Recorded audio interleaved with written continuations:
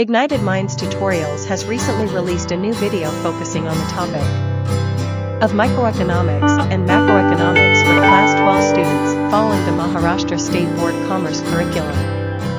The video aims to provide a comprehensive explanation of key concepts and theories within the realm of microeconomics and macroeconomics, offering a valuable resource for students seeking to deepen their understanding of the subject. With clear and engaging presentation, the tutorial covers critical topics such as demand and supply, market structures, national income, inflation, and more, equipping learners with the knowledge and skills necessary to excel in their studies. By elucidating complex economic principles and their real-world applications, this video endeavors to ignite students' intellectual curiosity and stimulate their analytical thinking. Whether preparing for exams or simply seeking to broaden their economic literacy, students will find this tutorial to be an invaluable aid in their academic journey. By demystifying the intricacies of microeconomics and macroeconomics, Ignited Minds Tutorials aims to empower students with the confidence and insight needed to succeed in their coursework and beyond.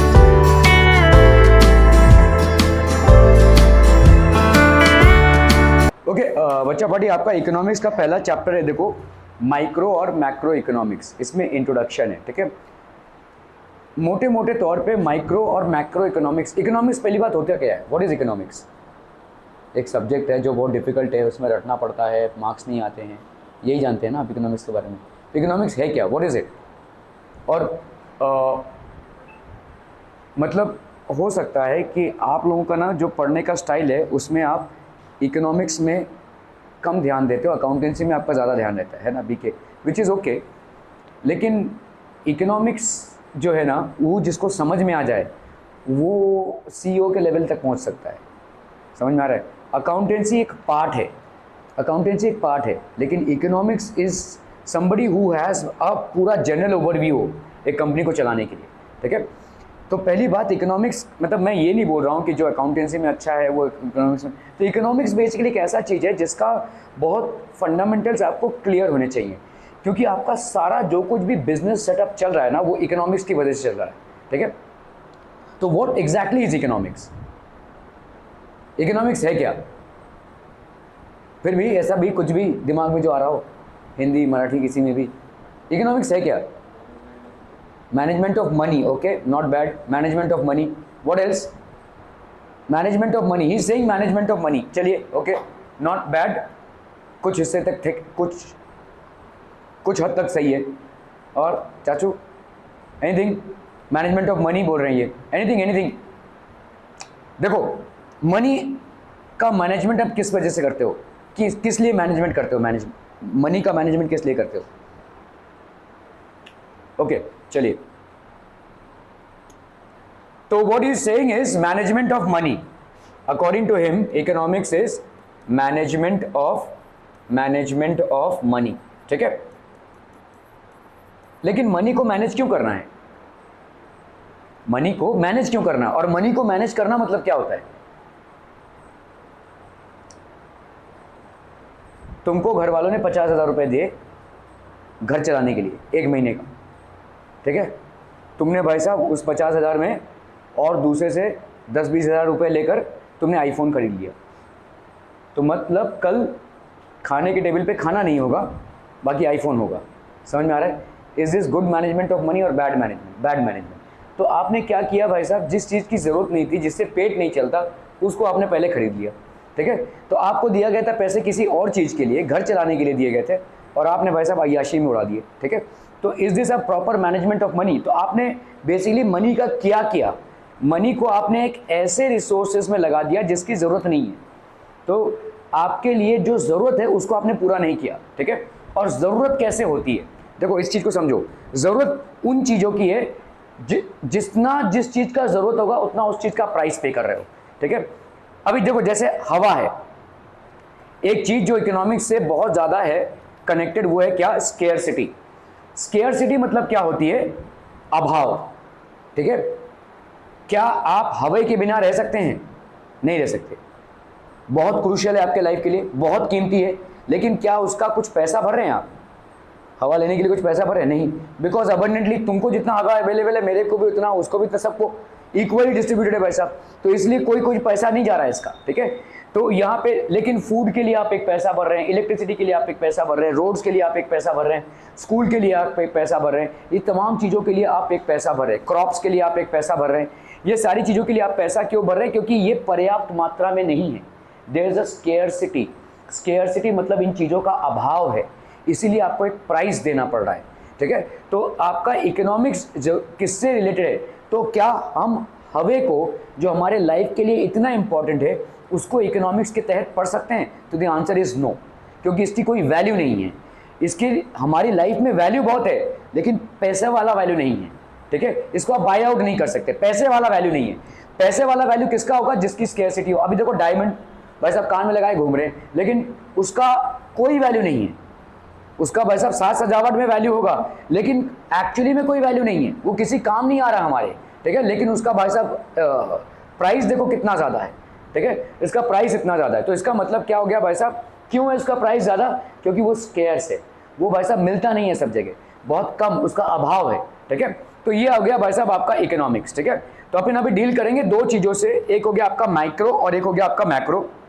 अगर आप देखोगे आपका जो अभी तक जो questions आए हुए हैं प्रीवियस ईयर में इस चैप्टर से आपके बोर्ड्स में, तो विथ ऑप्शन वाले मतलब एमसीक्यूज अप्रॉक्सीमेटली 10 मार्क्स के आते हैं, ठीक है। और विदाउट ऑप्शन वाले मतलब लेंथी आंसर्स जो होते हैं 2 मार्क्स के, 3 मार्क्स के, 4 मार्क्स के, वो अप्रॉक्सीमेटली 7 मार्क्स के आएंगे इस चैप्टर से।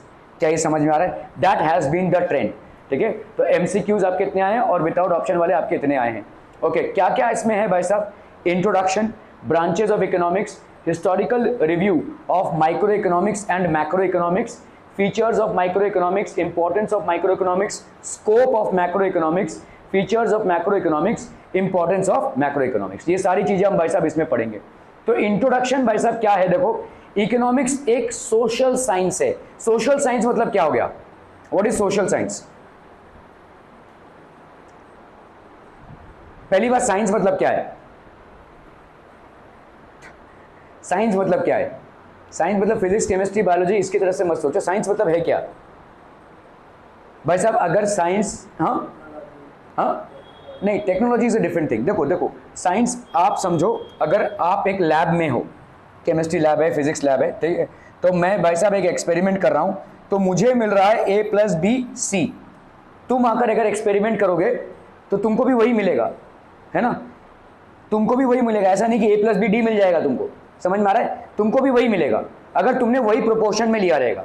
तो साइंस ये बोल रहा है कि भाई साहब अगर इन दोनों को मिलाएंगे तो ये बनेगा, हेंस प्रूव्ड वाला केस है, ठीक है। तो सोशल साइंस मतलब क्या हो गया आपका? ये आपका बिहेवियरल साइंस हो गया। This is behavioural science. मतलब कैसा है? अगर कुछ चीज़ों मतलब साइंस मतलब ये करोगे तो ये होगा, साइंस मतलब ये है, समझ में आ रहा है? अगर आप ये करोगे तो ये होना ही होना है, कोई इसको नहीं रोक सकता।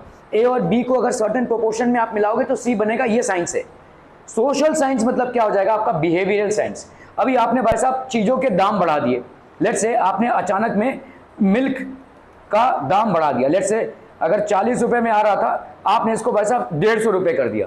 अब क्या होगा भाई साहब? सबके यहाँ पे अफला तफली मचेगी, क्योंकि इंडिया में ज़्यादा करके आपके घरों में वेजिटेरियंस हैं और वेजिटेरियंस में आपके एक प्रोटीन का प्योर सोर्स मिल्क है।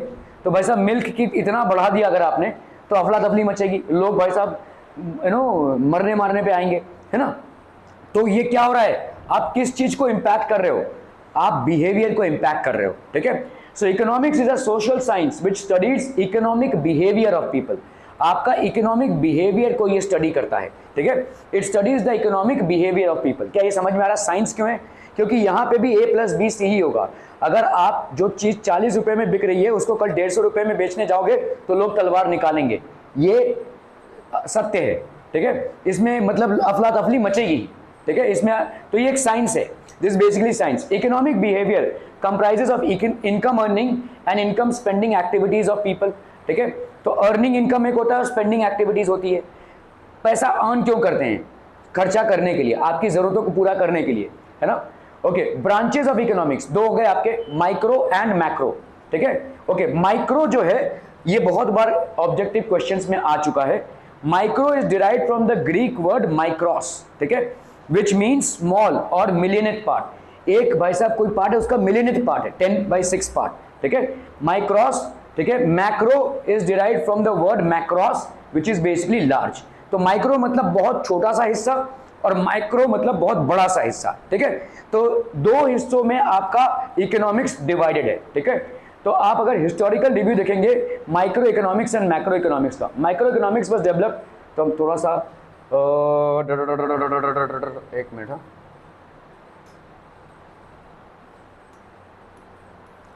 One second.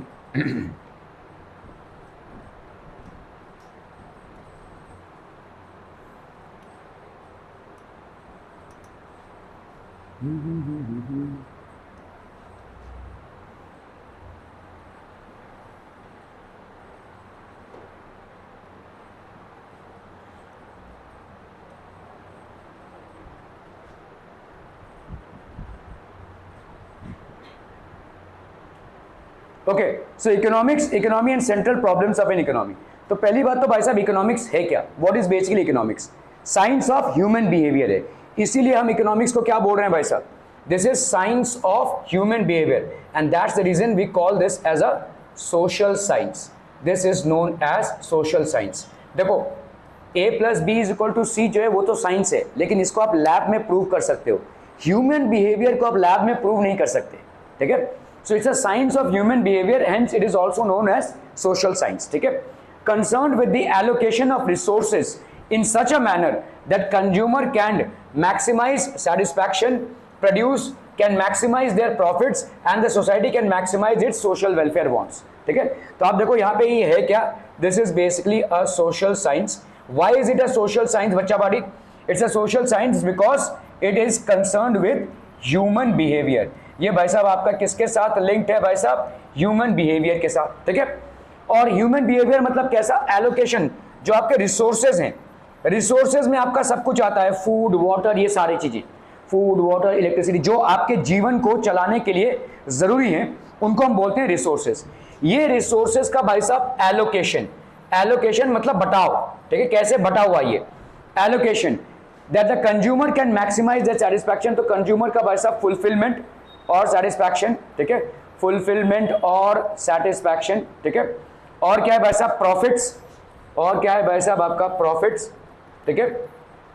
एंड तो ये आपका कंज्यूमर का है, ठीक है, ये आपका भाई साहब किसका, कंज्यूमर का, कंज्यूमर का ये मैक्सिमाइज हो, दिस बेसिकली इज मैक्सिमम।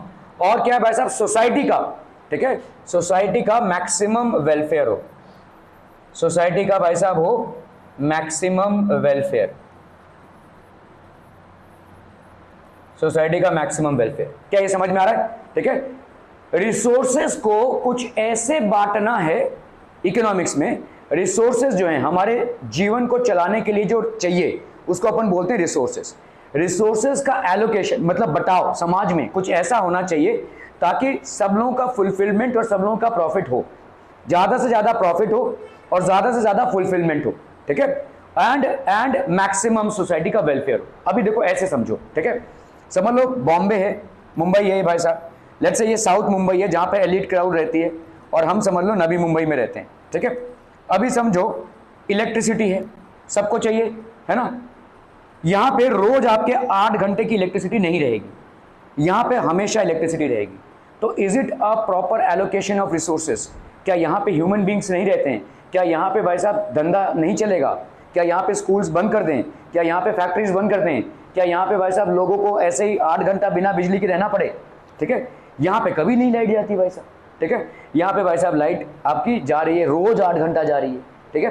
तो इस तरीके का अगर सिचुएशन रहा तो is it a balanced allocation of resources? No, it is not, ठीक है। People here are struggling, it means that the economy is disturbed. ये आपका डिस्टर्बिंग इकोनॉमी है, समझ में आ रहा है? ये सिर्फ इलेक्ट्रिसिटी की बात नहीं कर रहा हूँ, लेट्स से वाटर सप्लाई, ठीक है, वाटर सप्लाई, यहाँ पे भाई साहब लोग नहा रहे हैं, कूद रहे हैं, पता नहीं क्या क्या कर रहे हैं वाटर टब में भाई साहब, ठीक है, लेकिन यहाँ पे भाई साहब 2 दिन में एक बार पानी आ रहा है, ठीक है। इस तरीके का अगर रहा तो this is also bad allocation of resources. जहाँ पे भाई साहब इतना डिस्टेंस नहीं है, हार्डली 40-50 किलोमीटर का डिस्टेंस होगा, वहाँ पे अगर इतना डिफरेंस आ रहा है पैटर्न में, then definitely there is a problem in the management और एलोकेशन ऑफ रिसोर्सेज। तो इसको अपन ये बोलते हैं, रिसोर्सेज का एलोकेशन इस तरह से कि मैक्सिमम फुलफिलमेंट हो और मैक्सिमम प्रॉफिट हो सबका, कंज्यूमर का मैक्सिमम फुलफिलमेंट और मैक्सिमम प्रॉफिट हो और सोसाइटी का मैक्सिमम वेलफेयर हो। ठीक है भाई साहब, अगर 8 घंटे लाइट नहीं रहेगी तो इंडस्ट्रीज नहीं चलेगी, धंधा नहीं चलेगा, ठीक है, बंजर हो जाएगा सब कुछ, people will not be able to stay. ठीक है, so this is what economics is. Economics सिर्फ पैसों का स्टडी नहीं है, इकोनॉमिक्स है एक्चुअली रिसोर्सेज के एलोकेशन का स्टडी। और कैसे रिसोर्सेज जो स्केयर्स है, resources which are scarce, which are not in huge in number. So allocation of scarce resources so that everybody is able to get maximum profits and maximum fulfillment and there is a maximum societal welfare as well. ठीक है, इसको अपन बोलते हैं economics. Okay okay okay, सो आपका भाई साहब यहाँ पे इकोनॉमिक्स जो है इसका proper allocation of resources. Now what is economy? ठीक है, sum total of economic activities directed towards the satisfaction of unlimited wants using scarce means। देखो ये बहुत इंपॉर्टेंट है, तो इसी को अपन बोलते हैं स्केयरसिटी ओरिएंटेड। ये आपका भाई साहब scarcity oriented concept of economics. ठीक है, इकोनॉमिक्स भाई साहब अलग अलग लोगों ने अलग अलग तरीके से समझाने की कोशिश की है। जैसे एडम स्मिथ ने बोला कि भाई साहब it's the study of wealth. ठीक है, लेकिन यहाँ पे स्केयर्स, ठीक है, स्केयर्स चीजों की स्टडी है। ठीक है, सम टोटल ऑफ इकोनॉमिक एक्टिविटीज, जो भी आपकी इकोनॉमिक एक्टिविटीज हैं directed towards the satisfaction of unlimited wants. Unlimited wants हैं लोगों के, क्योंकि हमारे वांट्स जो है वो कभी लिमिटेड हो ही नहीं सकते। By design we are human beings and we have unlimited wants. Fulfilment of one want gives rise to other. ठीक है, पहले था साइकिल से बोर हो गए, अभी हमको चाहिए भाई साहब टू व्हीलर से बोर हो गया भाई साहब फोर व्हीलर के बाद पता नहीं क्या चाहिए। ठीक है, सो शायद एरोप्लेन चाहिए या हेलीपैड चाहिए। ठीक है, तो this is what it means. तो sum total of all economic activities, जो आप इकोनॉमिक एक्टिविटीज कर रहे हो, they are directed towards the satisfaction of unlimited wants using scarce means. आपके पास मींस जो है वो स्केयर्स हैं। ठीक है, जो आपके पास रिसोर्सेज हैं वो लिमिटेड हैं, इसीलिए हम इसको क्या बोल रहे हैं, scarce means. Okay okay okay okay, so economic activities देखो क्या हो जाएगा भाई साहब। पहला एक्टिविटी क्या है, कंजम्पशन। कंजम्पशन मतलब क्या होता है, आप उपभोग कर रहे हैं। ठीक है, इलेक्ट्रिसिटी आप उपभोग कर रहे हैं, आप चीजों को खरीद रहे हैं, उसको खा पी रहे हैं, ये आपका हो गया भाई साहब consumption. This is called consumption. तो ये आपका एक पहला economic activity is basically your consumption, जो कंज्यूमर करता है। ठीक है, आप कपड़े पहन रहे हैं, आप इलेक्ट्रिसिटी यूज कर रहे हैं, आप पानी यूज कर रहे हैं, आप भाई साहब खाना खा रहे हैं, ये सारी जो तमाम चीजें आप यूज कर रहे हैं, दीज आर बेसिकली व्हाट, आपका राशन पानी है ये, दिस इज योर कंजम्पशन, है ना।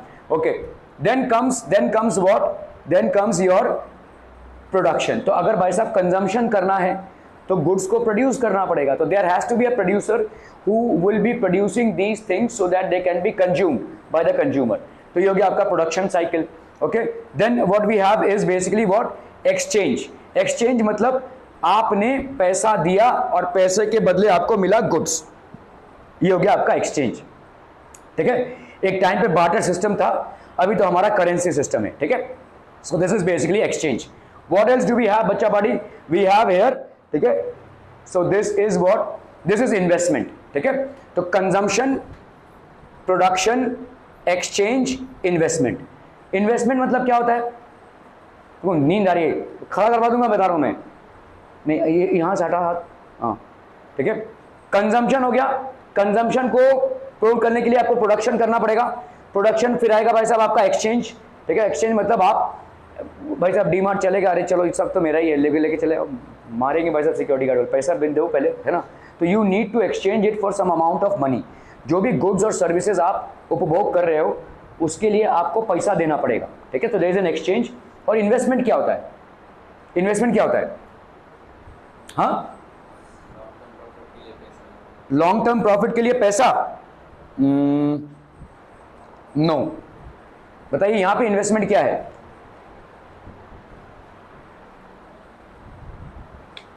यहां पे इन्वेस्टमेंट क्या है, अच्छा जी,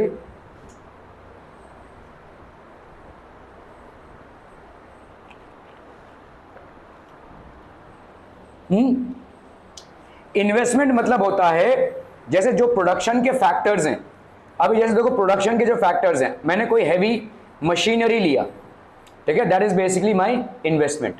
ठीक है। मेरे को दिख रहा था कि भाई साहब मेरे को रोज 10 लेबरर पे डिपेंडेंट रहना पड़ता है, वो लेबरर्स आते हैं, काम करते हैं, फिर मैं उनको पैसा देता हूँ।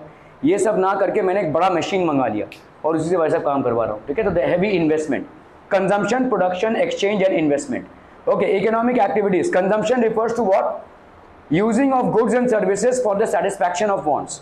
तो consumption refers to using of goods and for the satisfaction of wants, ये हो जाएगा भाई साहब। Consumption using of goods and services for the satisfaction of wants. फिर आपका production refers to conversion of inputs into outputs। तो आपका जो प्रोडक्शन ऑफ इनपुट्स है, conversion of inputs into outputs, तो conversion of inputs into outputs. Okay, फिर आपका है भाई साहब exchange, refer to the sale and purchase of goods and services. ये आपका क्या हो जाएगा? Sale and purchase of goods and services. तो सेल और परचेज है भाई साहब गुड्स एंड सर्विसेज का। So consumption, production and exchange, ये आपके 3 चीजें हो गई, ठीक है। Refers to conversion of inputs into outputs, तो आपके जो इनपुट्स हैं मतलब रॉ मटेरियल हो गया, ठीक है, जो प्रोडक्ट्स आप बना रहे हैं, और ये आपका फाइनल प्रोडक्ट्स है। Refers to sale and purchase, ठीक है, ऑफ गुड्स एंड सर्विसेज, ठीक है। तो ये 3 चीजें हो गई जो इकोनॉमिक एक्टिविटीज में प्राइमरी हैं। चौथा चीज है भाई साहब आपका इन्वेस्टमेंट। इन्वेस्टमेंट मतलब क्या होता है बच्चा बाड़ी? इन्वेस्टमेंट मतलब होता है आपका what? Refers to using up of goods and machinery for further production.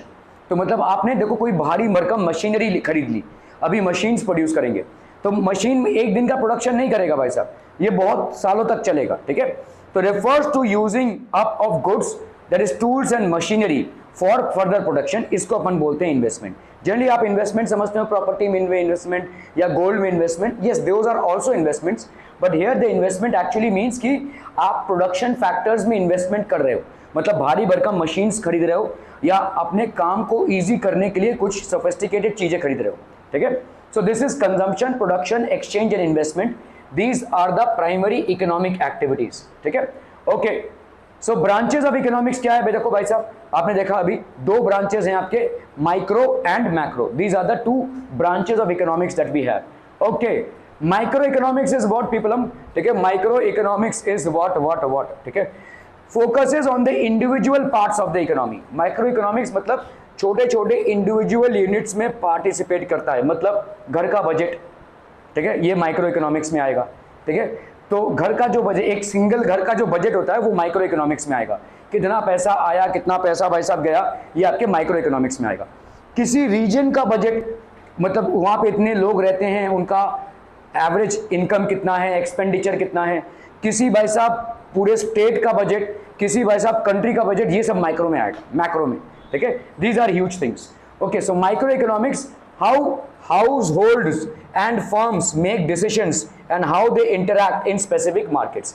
तो आपके भाई साहब जितने भी हाउस होल्ड्स हैं, मतलब घर का, ठीक है, एंड फर्म्स, छोटे छोटे जो फर्म्स होते हैं, ठीक है, मेक डिसीजंस। तो आपके जितने भी हाउस होल्ड्स हैं और फर्म्स मतलब जो छोटे छोटे फैक्ट्रीज हैं, इंडस्ट्रीज हैं, how they make decisions and how they interact in society in specific markets, कैसे वो इंटरैक्ट करते हैं इन specific markets, that is basically micro economics, ठीक है। ओके, सो माइक्रो इकोनॉमिक्स में भाई साहब आपका क्या हो जाएगा? All these are basically people, ठीक है, ये आपके लोग हैं जो इन्वॉल्व है माइक्रो इकोनॉमिक्स में। कोई स्टडी कर रहा है, कोई गिटार बजा रहा है, कोई डांस कर रहा है, whatever it is, but this refers to individual economics. Individual का जो इकोनॉमिक्स होता है, ठीक है, उसको अपन बोलते हैं भाई साहब माइक्रो इकोनॉमिक्स। देखो यहाँ पे मैग्नीफाइंग लेंस से वो देखने की कोशिश करें, माइक्रो मतलब छोटा छोटा छोटा छोटा छोटा, ठीक है, ठीक है। So this is basically known as micro economics. Clear है बच्चा बाड़ी? ओके, अभी आते हैं भाई साहब मैक्रो इकोनॉमिक्स के डेफिनेशन पे। What is macro economics? Study of overall economy as a whole and includes the, ठीक है, overall economy, study of overall economy as a whole and includes the facts such as problem of full employment, distribution of income, balance of payment, ये सब आ जाएंगे, ठीक है। Study of overall economy, पूरे economy का study, overall economy as a whole and includes the facts such as problem of full employment, full employment का भाई साहब, distribution of income, balance of payment, full employment का, distribution of income, balance of payment, ये सब आ जाएंगे आपके macro economics में, ठीक है। This will be under micro economics, ठीक है। स्कोप ऑफ इकोनॉमिक्स भाई साहब क्या हो जाएगा? Micro economics, theory of consumer behaviour, theory of production, और ये हो गया pricing of goods. Macro economics में theory of income and employment, theory of general price level and inflation, ठीक है। तो माइक्रो इकोनॉमिक्स में क्या क्या आ जाएगा आपका? थियरी ऑफ कंज्यूमर बिहेवियर, ठीक है, फिर आगे आपका भाई साहब theory of production, pricing of goods, ये सब कुछ आ गया आपके किसमें? माइक्रो इकोनॉमिक्स में। थियरी ऑफ कंज्यूमर बिहेवियर आ गया पहला भाई साहब आपका, ठीक है। Theory of production, theory pricing of goods, theory of income and employment. जब आप एक पूरे देश का या एक रीजन का इनकम की बात कर रहे हो, कितने लोग वहाँ पे एम्प्लॉयड हैं, कमा रहे हैं, उसकी बात कर रहे हैं। Theory of general price level, भाई साहब जनरल प्राइस लेवल कितना है, चीज़ों के दाम बढ़े हुए हैं या कम हैं, इन्फ्लेशन। तो मतलब एक बड़े समूह पे जब आप बातें करते हो तब आप बात कर रहे हो किसकी, मैक्रो इकोनॉमिक्स की। और जब इंडिविजुअल लेवल पे बात कर रहे हो then you are actually talking about micro economics, ठीक है। So theory of consumer behaviour हो गया, थियरी ऑफ प्रोडक्शन हो गया, प्राइसिंग ऑफ गुड्स हो गई, these are all micro economics, ठीक है। Differences between micro economics and macro economics. तो micro economics deals with the determination of price and output in individual firm और market, ठीक है। तो प्राइस और आउटपुट जो है, मतलब कितना आप प्रोड्यूस कर रहे हो और इन चीज़ों की प्राइस कितनी है, ये इंडिविजुअल लेवल पे डेवलप होता है, इंडिविजुअल फर्म या इंडिविजुअल मार्केट पे, ठीक है। And macro economics deals with determination of aggregate measures such as total output, employment, aggregate price level, इन सब पे डिपेंड करता है, ठीक है। टोटल आउटपुट पे, एग्रीगेट प्राइस लेवल, इन सब चीज़ों पे डिपेंड करेगा। Are be clear on this one people, ठीक है, okay. Then we have basically aim, the central problem of microeconomics is price determination and allocation of resources. तो हमारा central problem क्या है भाई साहब, प्राइस का डिटर्मिनेशन करना, कि मैंने एक चीज प्रोड्यूस की है, इसको मैं कितने में बेचूं, that is called price, this is called price determination. नहीं पढ़ना नहीं है, बंद कर दे उसको, बंद कर दे, यहाँ पर the central problem of micro economics is price determination and allocation of resources. कैसे भाई साहब आपके रिसोर्सेज डिस्ट्रीब्यूटेड है सोसाइटी में, ठीक है। The central problem of macro economics is determination of income and employment. इन चीज़ों को नोट कर लीजिए भाई साहब, माइक्रो इकोनॉमिक्स और माइक्रो इकोनॉमिक्स में डिफरेंस है ये। नोटबुक्स किसी की नहीं है, बेच दिया है, पेन उन वो भी बेच दिया है। चले जल्दी फटाफट। ओके, सो देखो माइक्रो इकोनॉमिक्स और मैक्रो इकोनॉमिक्स में क्या क्या डिफरेंस है। देखो, deals with the determination of price and output in individual firm और मार्केट। छोटे छोटे फर्म और मार्केट में इंडिविजुअल लेवल पे प्राइस और आउटपुट की डिटर्मिनेशन हो रही है। यहाँ पे भाई साहब एग्रीगेट मेजर्स, एग्रीगेट मतलब एवरेज, ठीक है, such as total output, employment and aggregate price level. Central problem of micro economics is price determination and allocation of resources. इसका भाई साहब ये सेंट्रल या कोर प्रॉब्लम है, ठीक है। Micro economics is price determination and allocation of resources, कैसे price को डिटर्मिन करना है और कैसे रिसोर्सेज को एलोकेट करना है। Central problem of macro economics is determination of level of income and employment, कितना लेवल ऑफ इनकम है और कितना एम्प्लॉयमेंट है, that is basically the central problem, ठीक है। ओके, यहाँ पे टूल्स भाई साहब आपके क्या है, its main tools are demand and supply. इसके मेन टूल्स क्या है भाई साहब, demand and supply of the particular commodity. इसके मेन टूल्स क्या है, its main tools are aggregate demand and aggregate supply of the whole economy, ठीक है, aggregate demand and aggregate supply of the whole economy, ठीक है। Okay, और क्या है भाई साहब आपका examples are individual demand, per capita income etcetera. ये हो गया भाई साहब मैक्रो इकोनॉमिक्स का। मैक्रो का aggregate demand, national income, unemployment etcetera, ये हो गया आपके मैक्रो इकोनॉमिक्स का, ठीक है। Okay, positive economics deals with what is. अभी देखो, एक होता है पॉजिटिव और दूसरा होता है आपका नॉर्मेटिव इकोनॉमिक्स, ठीक है। ये मतलब क्या है, देखो भाई जो है, हम भाई साहब दलदल में हैं तो हैं, और हम भाई साहब उड़ रहे हैं तो हैं, यही, ठीक है। Deals with what is an economic problem facing the society is actually solve. तो जिस तरह से ऐसे इसको सॉल्व करना है, ठीक है, दे आर ईदर ट्रू और अनट्रू बाय डेटा और ऑब्जर्वेशंस, ठीक है। It deals with what ought to be, कैसा होना चाहिए, ठीक है। ये होता है आपका नॉर्मेटिव इकोनॉमिक्स, नहीं ऐसा नहीं, ऐसा होना चाहिए, ठीक है। तो ये आपका जो है और ये आपका जो होना चाहिए, that is called normative economics, ठीक है। तो आपका भाई साहब पॉजिटिव और नॉर्मेटिव इकोनॉमिक्स में क्या क्या डिफरेंसेस आ जाएंगे, देखो, डील्स विद व्हाट इज और the how the problem are actually solve, क्या है और इसको कैसे सॉल्व करना है। Deals with what ought to be, क्या होना चाहिए, and how the economic problem should be solve. Can be verified with actual data, इसको हम डेटा से वेरीफाई कर सकते हैं। इसको वेरीफाई नहीं कर सकते, क्यों, अभी तक हुआ नहीं है ना, होना चाहिए, ठीक है। इसको अपन एक्चुअल डेटा हमारे पास नहीं है, हम ये मान रहे हैं कि यही सही होगा, ठीक है, लेकिन हमारे पास एक्चुअल डेटा नहीं है। It can not be verified with data, it can be verified at any point of time with data, ठीक है, क्योंकि यही है value judgement, does not give any value judgement. यहाँ पे कोई वैल्यू जजमेंट नहीं है, ऐसा ही है, अच्छा है तो अच्छा, बुरा है तो बुरा, मीडियोकर है तो मीडियोकर, ठीक है, समझ में आ रहा है। गिव्स वैल्यू जजमेंट, यहाँ पे वैल्यू जजमेंट नहीं, यही अच्छा है, यही सर्वोत्तम है, ठीक है। Okay, suggestive based upon the facts that are not suggestive, मतलब भाई ऐसा है, लेकिन शायद ऐसा होना नहीं चाहिए, ठीक है, फैक्ट है, यही है भाई, हम वर्ल्ड कप हार गए, यही फैक्ट है, 15 मैच जीतकर लास्ट वाला हार गए, यही है, ठीक है, तो सजेस्टिव नहीं है ये, ठीक है, based on upon opinion and therefore is always suggestive, नहीं हमें जीतना चाहिए था, ये गलतियां हमसे हुई, ठीक है।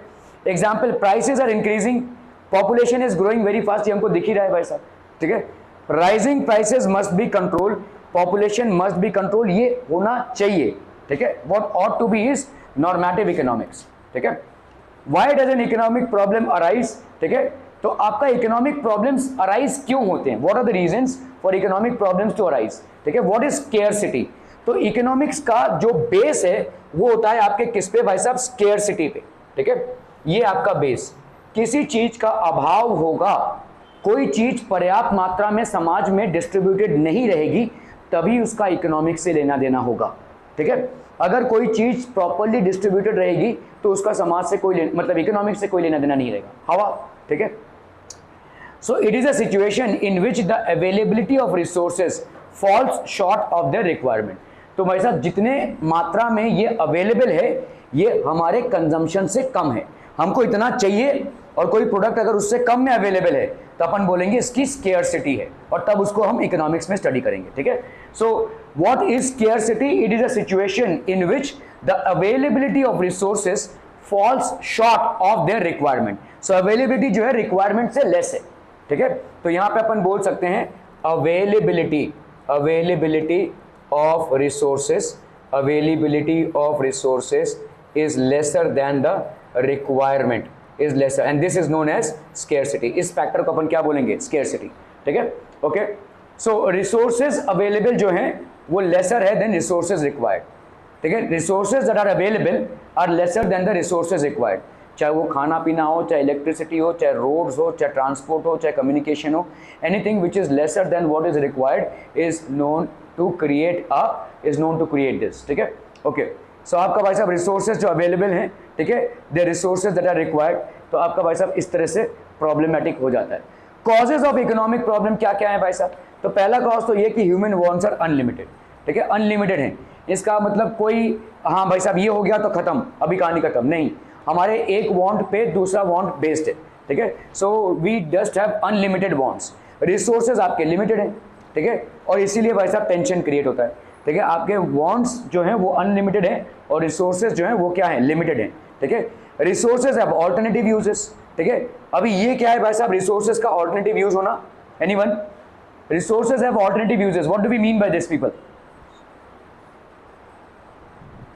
अरे जैसे लेदर है, देखो लेदर, ठीक है, आपका लेदर एक रिसोर्स है, ठीक है, कोई भाई साहब इस लेदर का बैग बना रहा है, कोई भाई साहब इस लेदर का बेल्ट बना रहा है, कोई भाई साहब इस लेदर का भाई साहब वॉलेट बना रहा है, ठीक है, सो अलग अलग चीज़ें बन रही हैं यहाँ पे, है ना, ऑल्टरनेटिव यूजेस हैं, ये एक चैलेंज क्रिएट करता है, क्योंकि किस चीज़ को कौन सा ज़्यादा बनाना है, शायद किसी इकोनॉमी में बैग्स की ज़्यादा ज़रूरत है देन वॉलेट्स की, लेकिन भाई साहब ये वॉलेट वाले भी बनाए जा रहे हैं, तो क्या बैग वाला ये मानेगा कि ये हमारे लिए नुकसान है भाई साहब, क्योंकि इतना जो लेदर है वो वॉलेट बनाने में चला जा रहा है, काश मुझे बैग बनाने में मिला होता, ठीक है, वैसे ही बेल्ट वाले यही सोचेगा कि भाई साहब इतना पूरा जो लेदर है मुझे ही मिलना चाहिए, ये इन दोनों क्यों बांट रहे हैं, तो ये आपका एलोकेशन ऑफ रिसोर्सेज के जब ऑल्टरनेटिव यूजेस होते हैं तो उसमें कॉन्फ्लिक्ट क्रिएट होता है, जैसे आटे का आप ब्रेड भी बना सकते हैं और रोटी भी बना सकते हैं, ये दो ऑल्टरनेटिव यूजेस हो गए, ठीक है, so these are basically alternative uses, ठीक है, just one moment, okay, so resources के ऑल्टरनेटिव यूजेस होते हैं भाई साहब, ठीक है, okay, human wants resources means human wants भाई साहब आपके क्या हैं, अनलिमिटेड है, recurring and have different priorities, ये भाई साहब एक के बाद एक वांट्स होते ही जाएंगे और हर एक इंसान का अलग प्रायोरिटी होता है, ठीक है, different people have different priorities, resources जो है वो लिमिटेड रहेंगे हमेशा, ठीक है, and can B put two alternative uses, मतलब एक ही रिसोर्स के बहुत सारे यूजेस होते हैं, ठीक है, they have basically different uses, okay.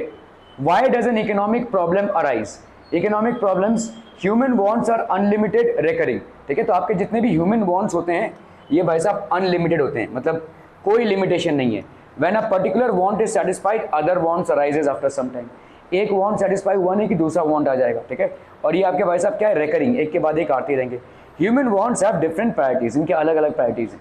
Human wants will have different priorities. ठीक है, okay. So for every individual some wants are more important than others can be arrange in order of preferences. तो हर एक individual के some wants are more important than the others.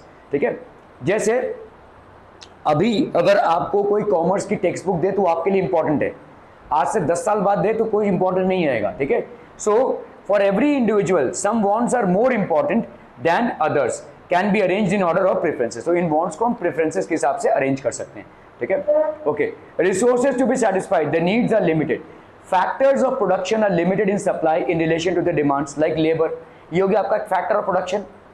ठीक है, ये अगर नहीं होगा तो प्रोडक्शन नहीं हो सकता. तो labour is basically what, labour is a factor of production. ये आपका लिमिटेड है सप्लाई में in relation to the demands, like labour आपका लिमिटेड है. ठीक है, okay. Then we have land, this is also limited. ठीक है, then we have capital, this is also limited. Then we have entrepreneurship, मतलब जो बिजनेसमैन होगा, इन सब की कमी है. फैक्टर्स ऑफ प्रोडक्शन की भी एक कमी है. ऐसा नहीं है कि रॉ मटेरियल है और फटाफट गुड्स तैयार हो जाएंगे. रॉ मटेरियल रहने के बावजूद भी अगर फैक्टर्स ऑफ प्रोडक्शन में कमी है तो भी गुड्स तैयार नहीं होंगे. ठीक है, they are not going to get manufacture. Resources have alternative uses. Resources can be applied and can be used for alternative uses. For example land to be used, ये हो गया भाई साहब आपका स्कूल. ठीक है, हॉस्पिटल टू प्रोड्यूस व्हीट. ठीक है, ये आपके भाई साहब रिसोर्सेज हो गए. Kinds of central problem of economy. Central problem economy का क्या क्या है भाई साहब, क्या प्रोड्यूस करना है, what is to be produced, how to produce and for whom to produce. क्या प्रोडक्शन करना है, कैसे करना है और किसके लिए करना है. ठीक है, these are the central problems of any kind of economy. What to produce consumer goods, food, clothing और हाउसिंग, और कैपिटल गुड्स जैसे machines, tractors etcetera. Consumer goods produce करना है या कैपिटल गुड्स प्रोड्यूस करना है, तो ये हो गया आपका what to produce. Consumer goods भाई साहब आपके जो कंज्यूमर्स उपभोग करते हैं, और कैपिटल गुड्स मतलब जो आपके इंडस्ट्रीज और फैक्ट्रीज में लगती हैं. In what quantities to be produce to satisfy the maximum needs of the people, किस क्वांटिटी में इसको प्रोड्यूस किया जाए. How to produce, which of the available technologies to adopt in the production of at least cost. Example आपका labour intensive है या भाई साहब है आपका क्या कैपिटल इंटेंसिव.